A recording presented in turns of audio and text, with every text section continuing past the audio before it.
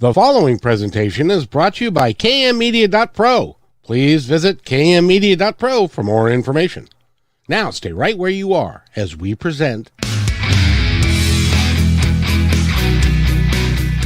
Welcome to Positive Talk Radio, evolving ideas, one conversation at a time. Great guests, dynamic stories and interviews, plus new thoughts on a wide range of topics and concepts. I hope that you'll hang with me, Kevin McDonald, my friends, and of course, you. As together we work to understand why we are all here and what we can do to make our world a better place for all of us. To be happy, be kind, and live in peace together. Yep, that's Positive Talk Radio.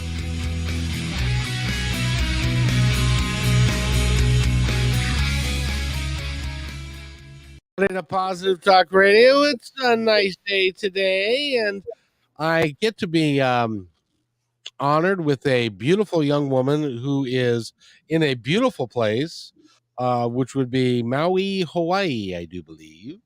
And she is with us today because she's got something that she's part of a program and part of a company, or we'll get into that. It's called Biomimicry. And it's the Biomimicry Institute, and it is basically, I'm going to ask her because she knows a hell of a lot more about it than I do. So, Lex Amore, welcome to the show. How are you? Kevin, thank you so much for having me. I am doing pretty well, I must say, being here with you today and your amazing audience of listeners here. I love your theme. It is all about what biomimicry is based on, so I'm excited to dig in with you. Absolutely. So what is biomimicry? Great question. That's a great place to start. Well, so I must say, I get asked a lot, what is biomimicry? What is it about? Honestly, even the word can trip up people. But basically what we're talking about here is studying nature and replicating the amazing strategies that have evolved over millennia here that could inform the way that we design our world so that ultimately we can create conditions conducive to life. And so basically what we're talking about here is asking nature, how would nature solve for a particular problem? How does the ecosystem that we live in function, and how can we create behavior that supports that kind of functioning? It's not the idea of asking nature for these kinds of guidance and this mentorship, this support. This isn't new. This is have been done for a long time with humans. You could look at Da Vinci as having some of the original drawings, at least that we found. But in indigenous cultures, this is something that is not foreign to the way that humans have looked at their place and found value and respect for living in it. But the coined term of biomimicry as a scientific methodology, a framework for going through certain design practices, that was originally written about in the book by Janine Benyus in 1997. And then ultimately now it's, 25 years later since the book was published, and we are at a thriving organization called the Biomimicry Institute, where we get to spread the education and the practice internationally through many different kinds of initiatives. When we look at basically mimicking nature to live our lives more effectively and actually in concert with the planet rather than in conflict with the planet, how do we go about doing all of that? Because that seems to me to be a really big task. It is. But at the same time, it's really a shift in perspective, because when we look at our context, we're living on planet Earth. This is how life has evolved. This is how us humans have been able to communicate virtually in this world. Somehow we got to a place where we're miles away. We can talk like this. The ways that we've been able to adapt to our environment has been a building blocks of evolution. And So there's different levels of how we can incorporate this kind of thinking into our worlds. Everything from our personal behaviors of just learning about our environment, learning about our neighborhoods, the kinds of climate that we live in, and even the choices that we have available to us as consumers. For example, where are you sourcing your food? Is it halfway around the world? Can you get something that is more local and supporting the people that are in your community? All the way to industry and design, to looking at where are you placing that manufacturing plant? What kind of materials are you using, this sourcing? There is the design thinking framework that you can basically apply to any problem. But from a bigger picture perspective, you're really trying to step back and say, what is the effect I have on this behavior that I'm about to choose? And how would nature do it effectively? And so you can ask certain types of design questions that get really granular, or you can step back and say, how would the fashion industry function if it worked like an ecosystem, and look at the different kinds of players and the parts that come together. And so it is a big challenge to approach, but really what we're talking about is looking at all the different mini challenges within this larger challenge. To think that there's one answer for everything in solving like climate change, for example, it's impossible. There are so many different things that have to be done. And the beautiful thing about that is there's so many opportunities for humans to get involved, because it applies to anything that they're interested in, and just looking at the world through this kind of regenerative lens. And for me, that actually gives me a lot of hope, because it means that not only there are a lot of people that can do work toward making progress, but it gives me an avenue, a pathway to actually choose my influence and be able to say, this is what I have an effect over, and this is what I can realistically accomplish and still be doing better in the world because I'm aware of my effects. It's interesting because in all reality, the industrial age started in the mid 1800s. So it's been the last really 200 years, a little bit shy of 200 years, where we have changed the dynamic of the earth because of the types of things that we've wanted to do for convenience sake. Mm-hmm. Make it easier for us. Clothing is a big polluter, and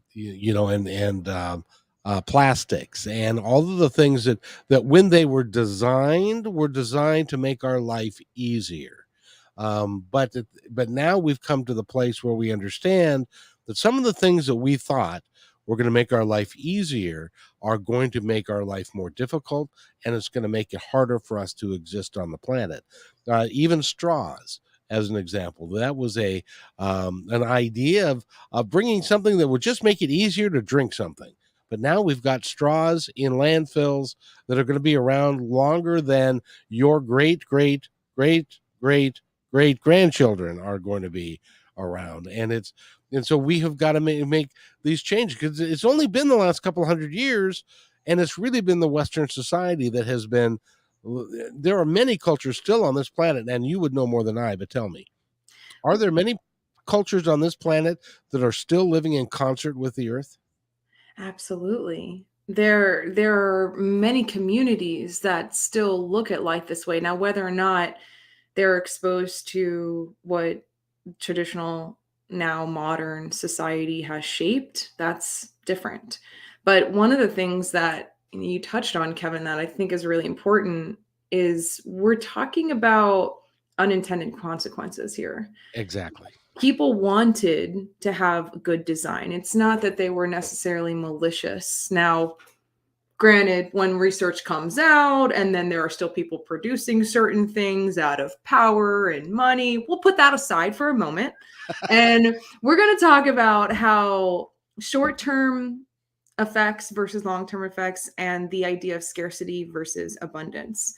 And one of the very real issues that we're dealing with today is, you're right, we have transformed the chemistry that we're working with materials now that weren't around a few hundred years ago. And one of the things I hear a lot in people trying to work in the sustainability movement is we need to go back to how Earth was, go back to this fun. Like, that's never going to happen. We're not trying to go back to how Earth was. What we are trying to do is realize what we have right now in front of us. There is, yes, landfills full of waste that we can't get resources back. Just sorting and collecting alone is incredibly tiresome, and materials have degraded in different ways. We have ocean plastic, literal islands of garbage. There are these massive problems that we have, and it's not to be daunting to say that we can't get ourselves out of it. It's let's let go of trying to get back to anything that was. Let go of the concept of that we're trying to save the planet. Let's instead embrace a mindset that says, here are the problems that we have in front of us. Now let's do something about it. Given the context that we have now, we don't know what is going to happen 20 years from now. We don't know what the state of the Earth is going to be, despite some forecasting and some predictions. We can use some basis of science to give us a platform to say that the alarms have been sounded, but we can also take a step in this moment and say, we're doing some things that have some consequences that are negative. There are solutions available right now that we can implement. We just have to get really creative about asking the right kinds of questions. And part of that is looking at the full effect of our behaviors rather than having a new design, let's say a building and a city, rather than just going ahead and doing the traditional pathway that we've been having for many years now of an architect and construction managers and all of these designers working separate from each other at different stages. Let's bring them all to the table in the beginning. Bring them a biologist to the table, and bring a biomimicry practitioner to the table, where they can translate these kinds of problems and see them before. It's part of the scoping phase. We're really trying to see, like, what's our effect now, and then let's plan in the long term, so that way we don't have a building in let's say San Francisco that is sinking. There's things that are ways that we can avoid some of these problems because we have the knowledge now, we have the tools now. But it's a really hard concept for people to slow down and to say, before we're going to act, let's actually think about this in a very intentional way and then design. But that's a shift in thinking that we're trying to do here. It's interesting when you said we can't go back in time, and you're right, and nor should we. Because now we went through the industrial age, we went through the 20th century, we came up with all of these products. We did not know what the long-term ramifications of these were. Now we're learning about them. Now we've got the science to be able to go and re-engineer some of these things that we've become really excited about having in our lives, and re-engineer them in a modern way using current scientific abilities to be able to do it in a life-sustaining way rather than a life-defeating way. Would you agree with that? Absolutely. And one of the things I do want to stress the importance of is I'll say it's a little irritating sometimes for me personally to see biomimicry used for something like cheetah fabric on a dress. I see that. I see that as like, this is biomimetic. So 2 key points here. Biomimicry is about function, and it's about learning from the natural world and then replicating those strategies.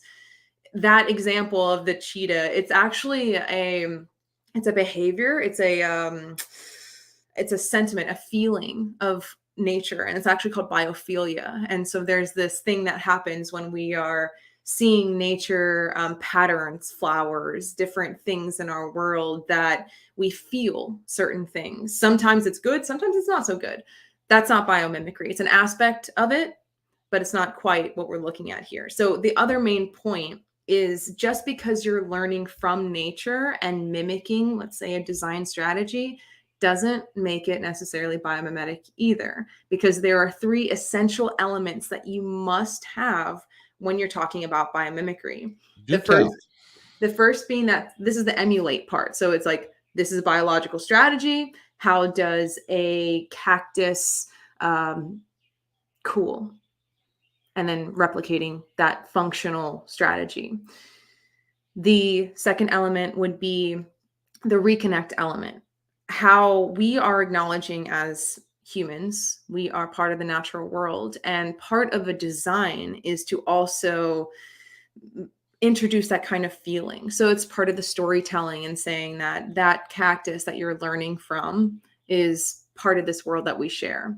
But the last pillar, this is the one that's really, really important when it comes to separating things like unintended consequences from the Wright brothers, for example, is ethos. It's our moral responsibility, our obligation to look at how we are interconnected with this world. Is this design actually creating conditions conducive to life? And I bring up the example of the Wright brothers because they learned from birds how to fly. And it wasn't just a few years later that we were using those innovations for dropping bombs. That is not the intention of biomimicry. It is not for military use in the kind of combat sense that is creating unnecessary harm to humans. And I stress that because we can take a lot of wisdom from the natural world and translate it into design, but that doesn't mean that it's actually being regenerative for the earth. And that's what nature's all about. Nature rewards cooperation. It is about sustaining the ecosystem in a striving way to have balance so that more life and more biodiversity can create these conditions that help more thrive. And so when we're using it for destructive purposes, that's not the intention. And so it's important for us to get from the get-go. It is about looking at our ecosystem and contributing to it rather than trying to domesticate or destroy it. I want to remind everybody, in case you're not a history buff, and some people are not, in Kitty Hawk in 1903 was where the Wright brothers for the first time took to the air. And they flew like a couple hundred feet. That's it. That's all they did. And they got off the ground, and that led to the airplane, led to the jet, led to air pollution, led to a lot of different unintended consequences for us to do a better job at traveling and doing all that sort of thing. And so now we have to take it to the next level. Yes. Because it is not sustainable to do what we've been doing with dropping, because as an example, most of the food that we eat has got jet fuel in it. The water has jet fuel in it because of the number of jets that have flied over the skies, and then their exhaust it's rained and it's gone into the. So we've got to change and not to not fly anymore. That's not. And I know this isn't what what you're saying. What you're saying is we have to do a better job of figuring out a way that nature would handle that development so that it could be operated in a more sustainable long-term way that our great grandchildren can fly and it can be healthy and it can be good for us. Is that kind of a good example? Absolutely. I mean, for like one example or one approach is, so again, this is, every problem has complex problems within it. Yes. They call them wicked challenges for a reason. So let's say, for example, airplanes. They're very heavy. Do they have to be that heavy? What if we were able to save some fuel and make them more efficient by creating lighter, stronger composite materials?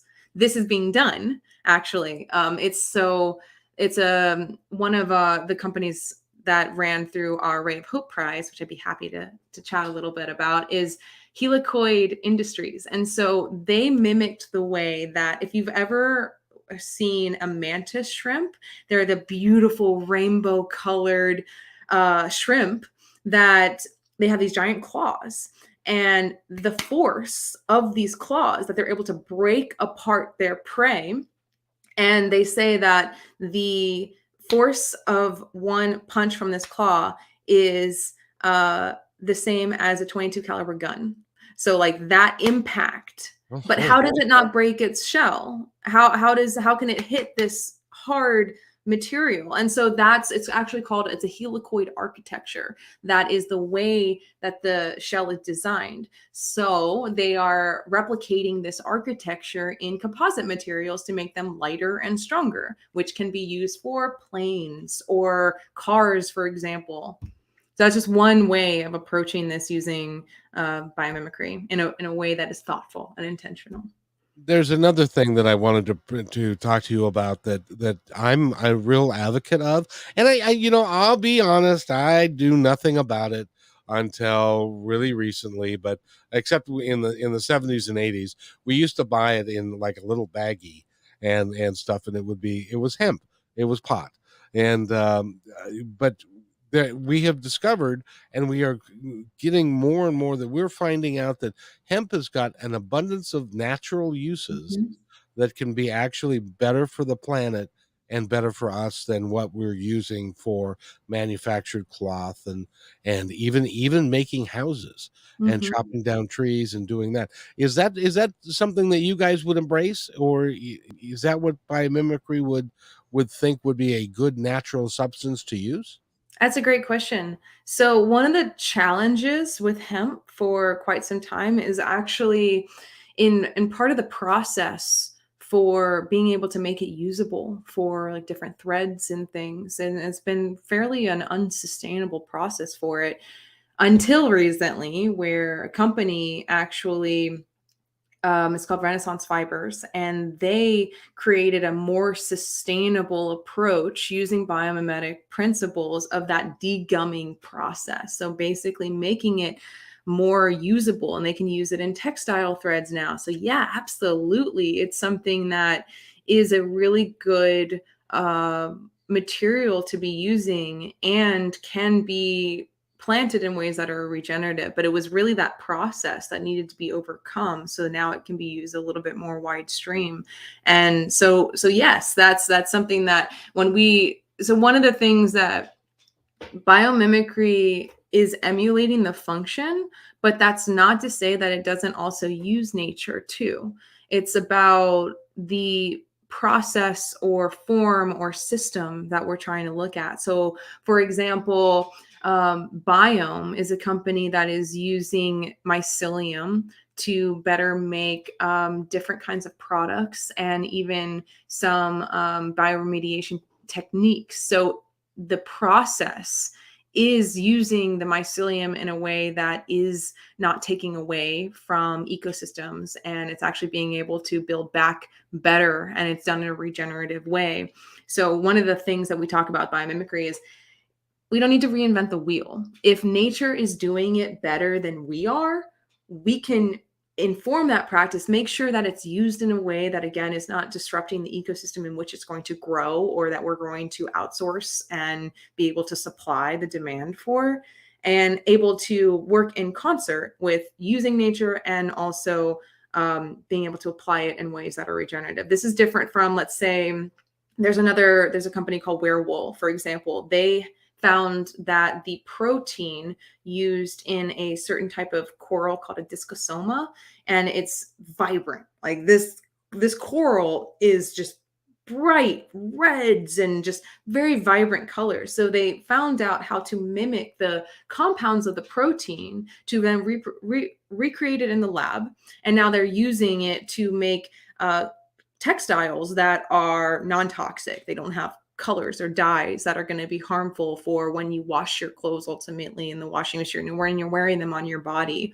And so that's the difference between replicating that actual protein versus using the protein itself. And so there's ways to look at how it all works, because again, there's never going to be something that is so biomimetic in fashion that, or in, by fashion meaning mechanism, not necessarily fashion industry, that is just replicating and not using part of the natural world, because it's coming back to home. It's coming back to our place here, regardless of however we're putting into these solutions into the world. It all is part of the natural world. So some aspects will be using some pieces of nature, like hemp.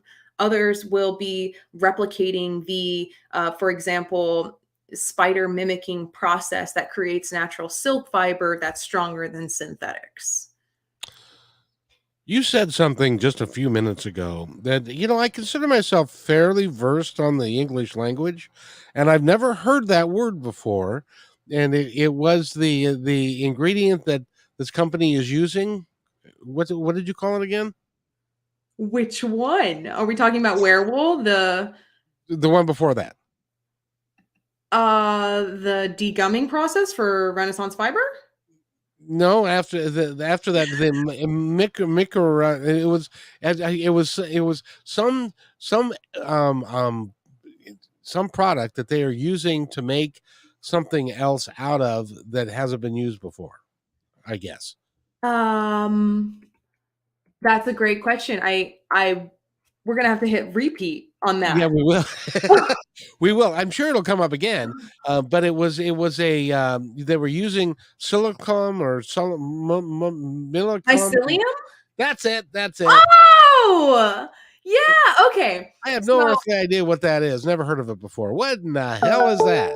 So this is mycelium is actually it's the vegetative filament root structure of mushrooms. I'll be still my foolish heart. You're kidding me. No. So Biome uses they use the power of this root structure to grow their materials, and they use organic and synthetic substrates that are also the byproducts or wastes of other industries.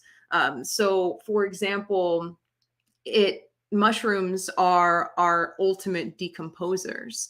So we are working on one of the initiatives we're working on at the Biomimicry Institute is a concept called design for decomposition. And we're first looking at fashion waste and how we think a lot of times, like when we take things to Goodwill, we're doing our part, but actually a lot of that residual clothing and things, if you've ever gone to the back of a Goodwill, there's just piles where they sell it and then they ship it. Or they put it in the dumpster. Yes.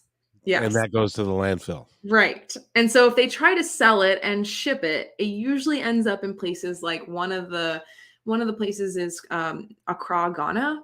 And so if you Google fashion waste in Accra, Ghana, you can't unsee these images. Like it's just miles of just like fashion waste everywhere. So one of the things that Biome is trying to do is, let's say that there's this waste that's piled up here. They would be able to use mycelium using a biomimetic process that would essentially decompose this waste. And so through our initiative, we're looking at different kinds of solutions, different technologies of how to both take the waste that's already built up and get any of the nutrients we can out of it, while also decomposing the rest of it so that we're not just building up a bunch of methane and waste in places that shouldn't be.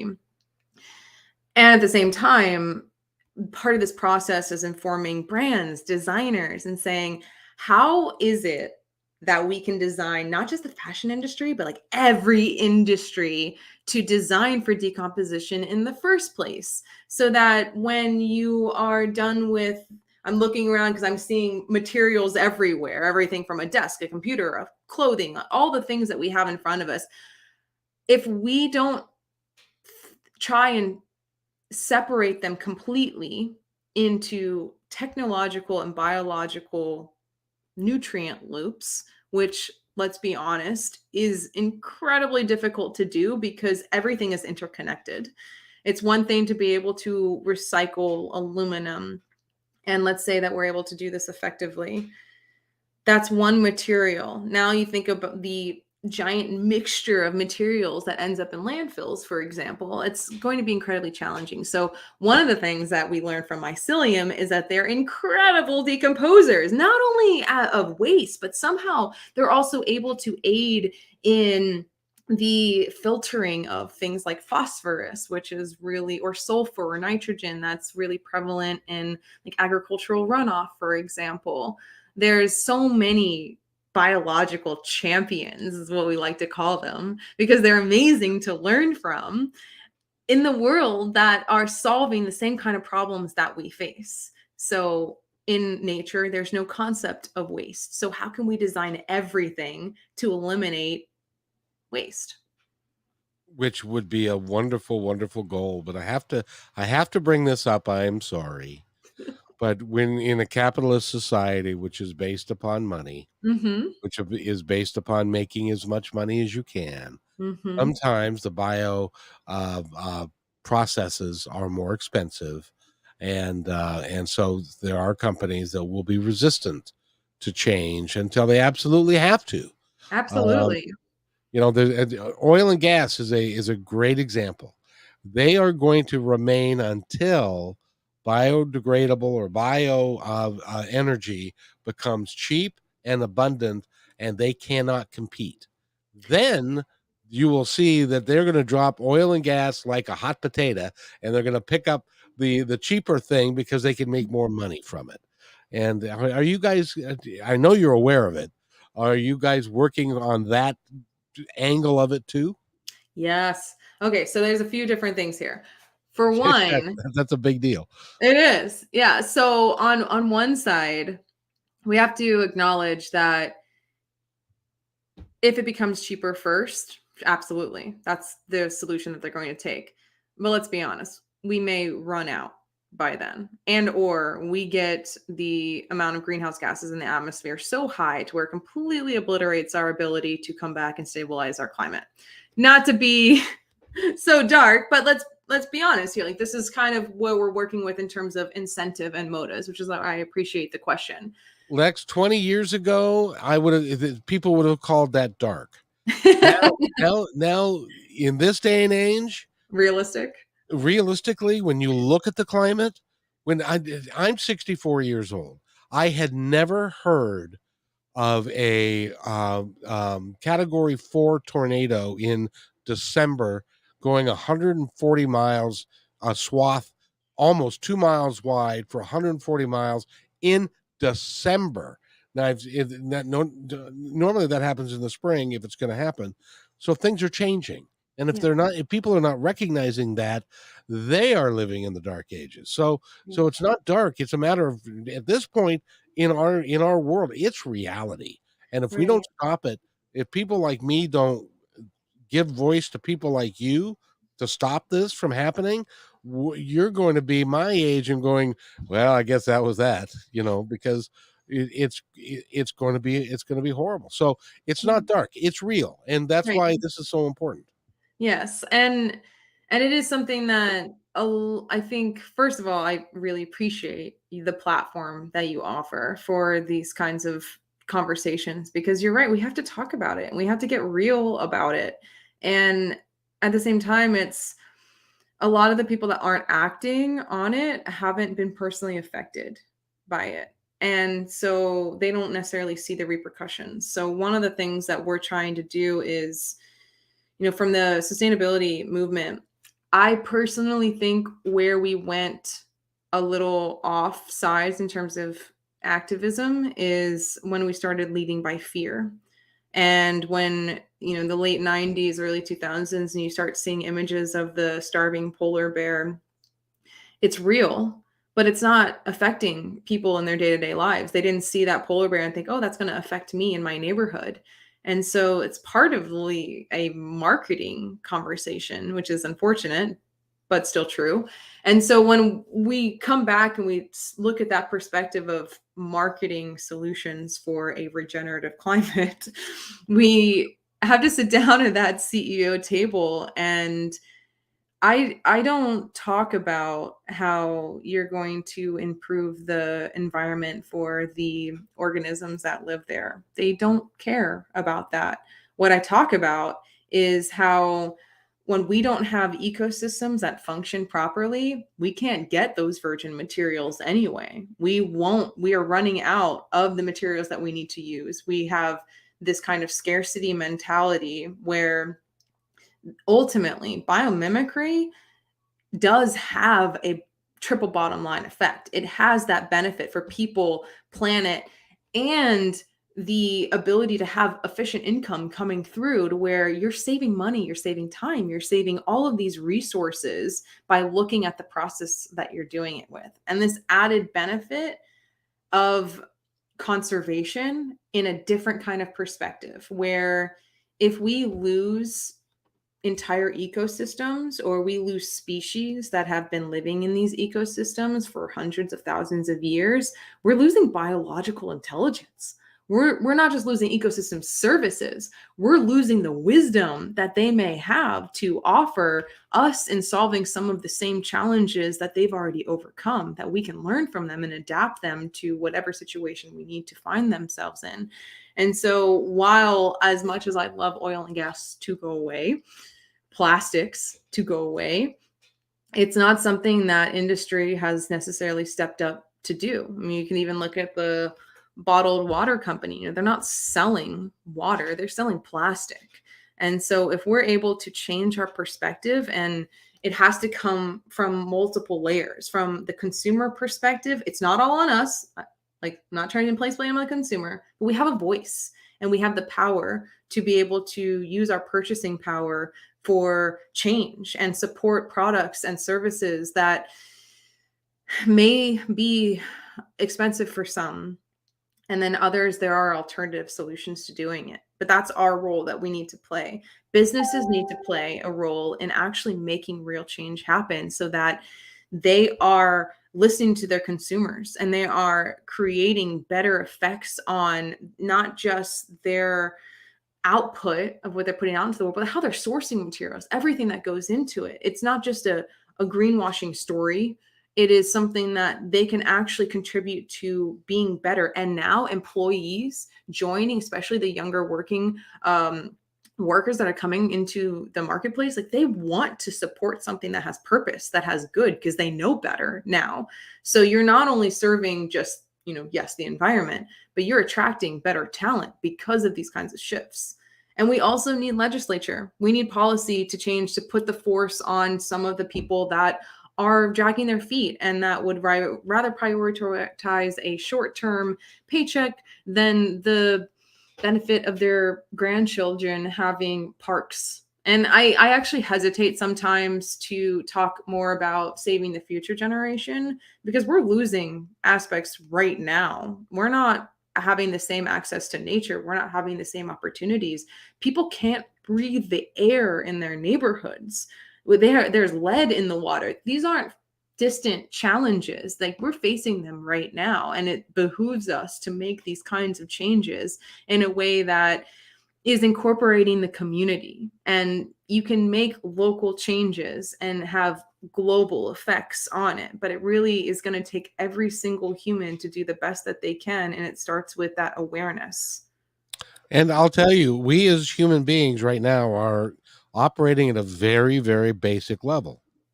As an example, when the pandemic came and everybody started, oh, the pandemic's here, the pandemic's here. What did we do? We went to the store and bought out toilet paper. I guess if that's apparently a where our basic needs are, but things like, and you brought it up yourself, things like that we would consider not particularly relevant to our survival, but like a bumblebee. If the bumblebees go away and they're in trouble at the moment, if we don't take care of them and figure out a way to make them sustainable, we're not going to have any fruit to eat. Mm-hmm. Or we're not going to be able to cross pollinate and everything or anything.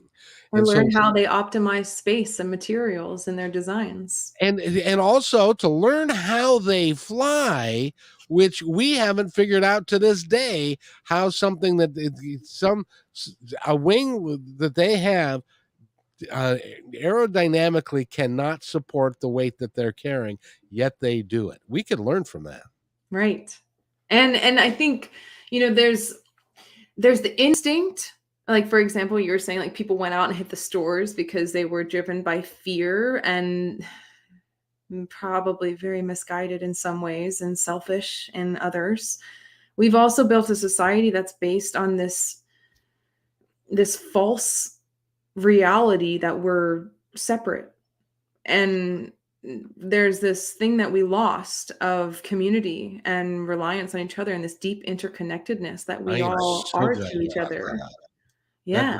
That is absolutely, in my mind, if we could just understand and face the fact that we are all one, that we are all connected, that we all come from the same energy source, and it's not going to be that the good people who believe in this are going to survive and the bad people who believe in that are going to die.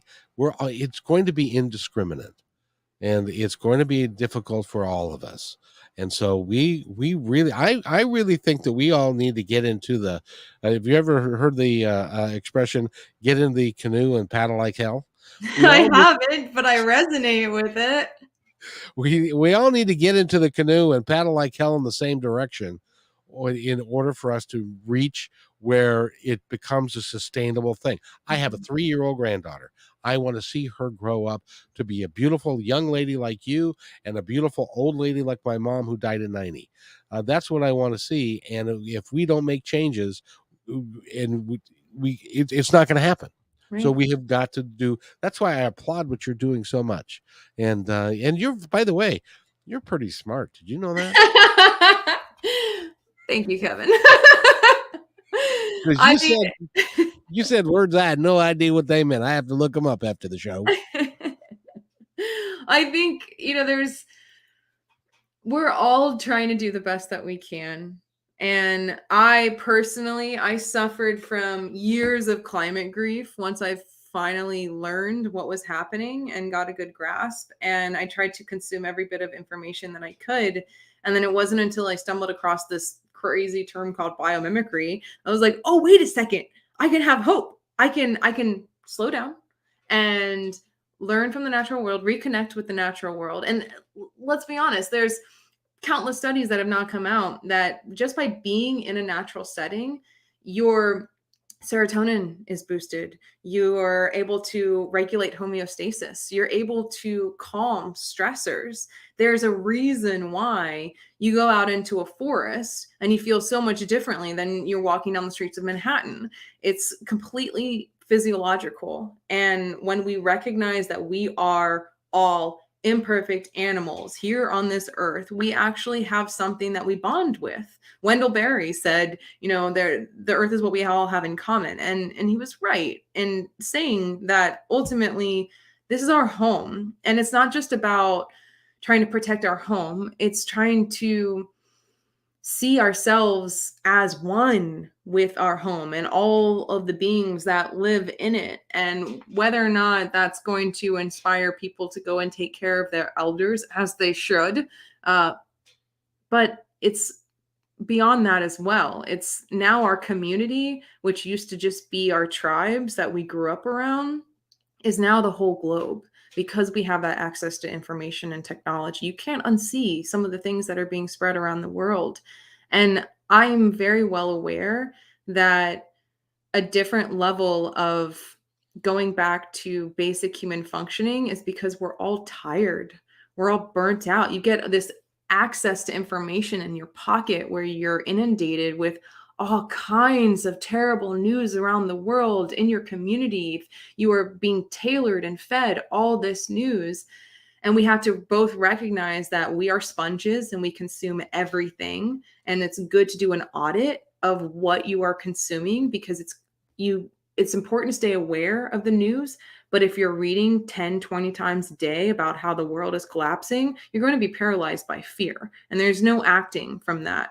And so I try to maintain my balance by being aware of what's happening in the world, educating myself on the challenges, but recognizing my influence and being able to say what I love is talking about biomimicry. I love teaching and educating people about how we can find our place in this world by connecting with the natural world and learning from the natural world and empowering other people to try and take these kinds of questions into their own personal lives and in their industries. That's my intention, and my mission is to serve out of love. And the best way that I can do that is through the work that I do. But it's taken me a long time to get here. And so I hope that everyone can at least find that time to reconnect with themselves, reconnect with the natural world, and then figure out their sphere of influence and what kind of behaviors they can do their personal lives and their homes with their families, and then also try and ask the right kind of questions when they go back to industry.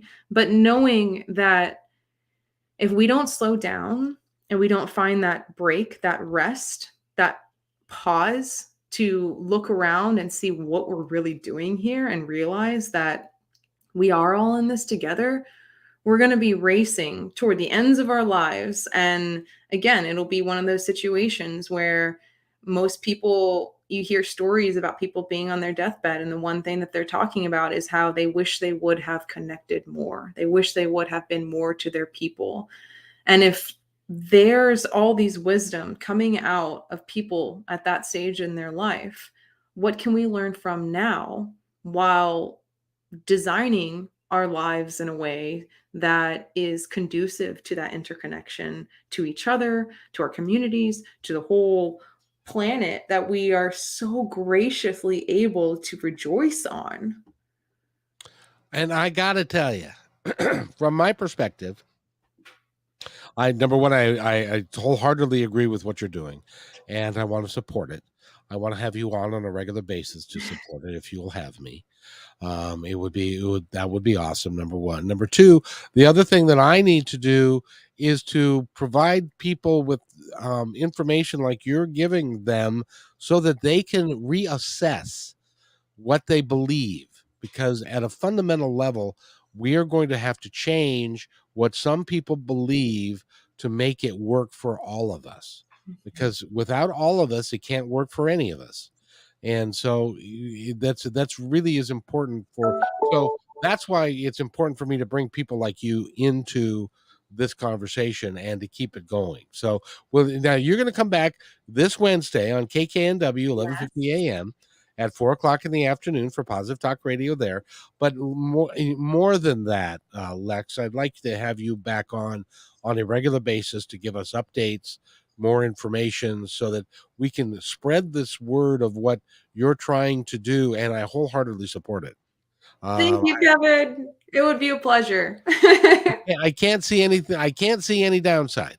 Because at the end of the day, on my last day on this planet, I want to be able to say, well, I did what I could. I love that. Yes, absolutely. And it is, you're right. We're shifting perspectives here, and you can't shift a perspective unless you are aware. And so I would love to keep the conversation going with you. I think being able to talk about some of the real examples going on in the world. I mean, we have our youth design challenge that our actually submissions are due at the end of this week. And in May, we're going to be talking about middle and high school students coming up with the coolest concepts. I mean, from reducing drag from frost that builds up on wind turbine blades to maple seed inspired devices created by a middle school team that combats deforestation. Like, there's so many very cool examples coming up with youth that are going to inspire us to do better ourselves. Well, and this is, I've said this before, but I'll say it again. This is politically incorrect, but there is a reason why people get old and die, is to make room for youth and new minds, new ideas, new thoughts that the old people, because they've always done it this way, well, we're not going to do it. We've always done it this way. And so it's important that we continue to evolve if we choose to stay on this planet, if we choose to make it a livable place and return to what nature can be. And you're right. Going out, I would love for somebody that's in the audience, next time you are in a forest setting and you're out in nature, I want you to walk up to a good sized tree and just put your hands on it and just be for a moment. What you will feel is the vibration of life coming from that tree. It is not a dead thing. It is part of the ecosystem, and it is very much alive. And we need to treat it as such, and be stewards of it. And I don't care what your religious philosophy is.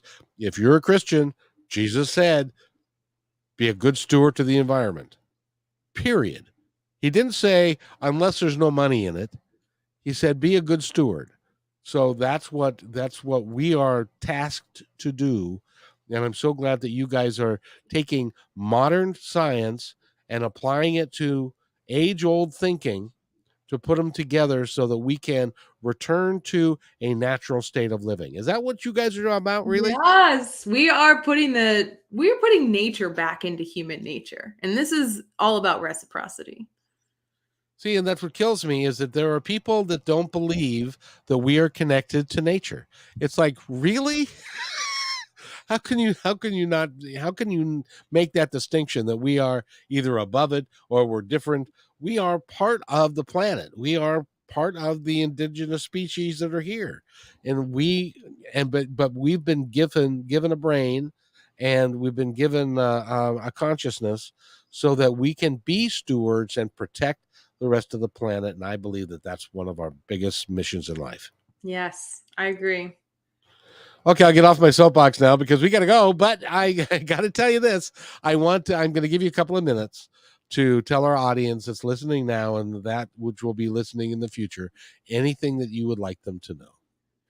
Oh, well, thank you. First of all, I empower you to go outside. Truly, I know we've said it a lot already on this conversation, but find your place outside. And if you're curious about learning more about biomimicry, visit biomimicry.org. There is an activity there, 30 days of reconnection, that anyone can start anytime. Earth Day is coming up. It's a great time to start it. If you have the luxury of being able to be outside, then it's got some activities for you to take out there with you. If you are at home, we designed it during when COVID first started. So there's plenty of videos and activities that make it both adaptable for outside and indoors so that you can still get that kind of education and that connection. And Ask Nature. AskNature.org is a place to go and learn, study, be inspired. There's thousands of biological strategies on there that you can learn from different organisms in your community or just, across the world. And there's other kinds of innovations in there. If you want to see like what kind of examples and case studies exist in the world, AskNature.org is a great place for that. And overall, we've got different kinds of initiatives that I know Kevin and I are going to dig into in the weeks to come. So if you have any curiosity that has been sparked, follow us, connect with us over social media platforms, and we hope to be able to see you getting out into nature and sharing your stories. Send us some photos and how you're learning from the natural world in your community. That is a really, really good idea. So if you want to comment on this, you can send something to Kevin at kmmedia.pro. That's Kevin at kmmedia.pro, and I will put you in contact with Lex, or we'll try and answer your question, and all of that. This is Also, important. on that note, Kevin, if anyone has questions specific to biomimicry or even solving sustainability problems and you want to hear about it as we continue the conversation on upcoming shows, that'd be another great thing to send over to Kevin. Yeah, absolutely. And anything that you would like to know about, we'll try and get you the best answer that we can, because this is I don't know about you, but this is the defining subject of our lifetime. Yes, absolutely agree. And there's no better time than now for us to start having these kinds of conversations in a really deep way. And one of the things that, Kevin, I know we've talked behind the scenes on is no more lectures, no more sitting and staring at a screen. We want organic conversations. We want real human interaction here. So that's what we're trying to bring, is to talk about the issues, talk about them from a very human dialogue, even though some of the jargon, it fills my repertoire. I apologize in advance, and also am excited to continue talking as human to human. That's at the end of the day, that's all we've got.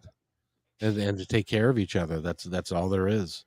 And I really appreciate you being here, Lex. And Lex Amore has been our guest. Biomimicry Institute is the company. It's more than that. It is a new direction that we need to take. By the way, you'd be proud of me. We're going to have a guy who's going to tell us how to eat bugs here in the next couple of weeks. Very cool. And he does Cricket farming? Cricket farming, yes. And did you know, I had no idea that cricket poop makes the best fertilizer in the world. I had no earthly idea. I asked him how they farm it, and he goes through that, and we'll talk about that on his show. But that's just a teaser for learn how to farm cricket poop. So the more you know. Absolutely. So, and thank you, my dear. I've got to run to do another show, but I'm so busy. But I really appreciate it. I appreciate your smile, and what you're doing for the world. And I'm going to see you on Wednesday on KKNW at 4:00 Pacific. That's 11:50 a.m. And go to 11:50 KKNW, and you can stream it anywhere in the world. So you stay right where you're at. I'll be right back. Thanks for enjoying this episode all the way to the end. Please give us a like and subscribe to this channel. This has been a production of kmmedia.pro. Please visit our website, oddly enough, named kmmedia.pro, for more details about us and our mission, which is to provide great positive programming designed to inspire us all. I'm Kevin McDonald, and I'm proud of these shows, and I truly hope that you'll like them and share them with friends and family. So on behalf of our entire team, remember, be kind to each other, because each other's all we've got. We'll see you next time.